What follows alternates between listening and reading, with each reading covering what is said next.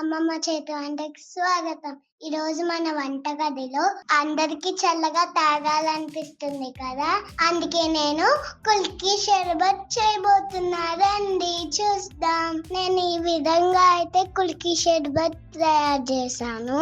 ఎలా తయారు చేసుకోవాలో చూద్దాం.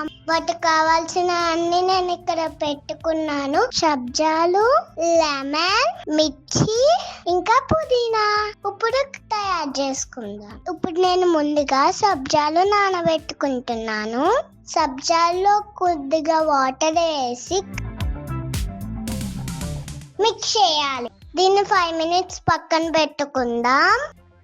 లెమన్ ని నేను స్లైసెస్ గా కట్ చేసుకున్నాను.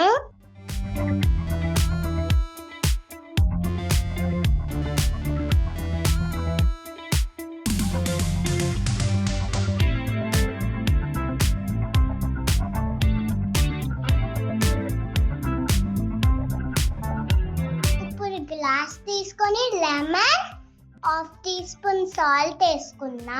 షుగర్ మిక్సీ పట్టుకొని వేసుకుంటున్నాను. దీన్ని ఇప్పుడు ఒకసారి స్మాష్ చేసుకోవాలి. మిర్చిని స్లైసెస్ చేసుకుంటున్నాను.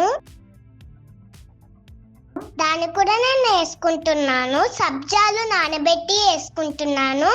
ఐస్ క్యూబ్స్ వేసుకుంటున్నాను. చల్లగా ఉండే వాటర్ వేసుకుంటున్నాను.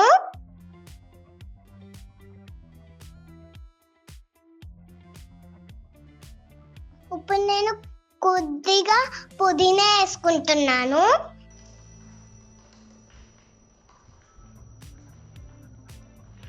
దీన్ని సరిపడా గ్లాస్ పెట్టుకొని వీడియోలో చూపించేటట్టుగా షేక్ చేయాలి. అంతే, మనకి చల్లగా ఉండే కుల్కీ షర్బత్ అయిపోయింది. ఇంతవరకు మా ఛానల్ ని సబ్స్క్రైబ్ చేయబోతే ప్లీజ్ సబ్స్క్రైబ్ చేయండి. Thank you for watching.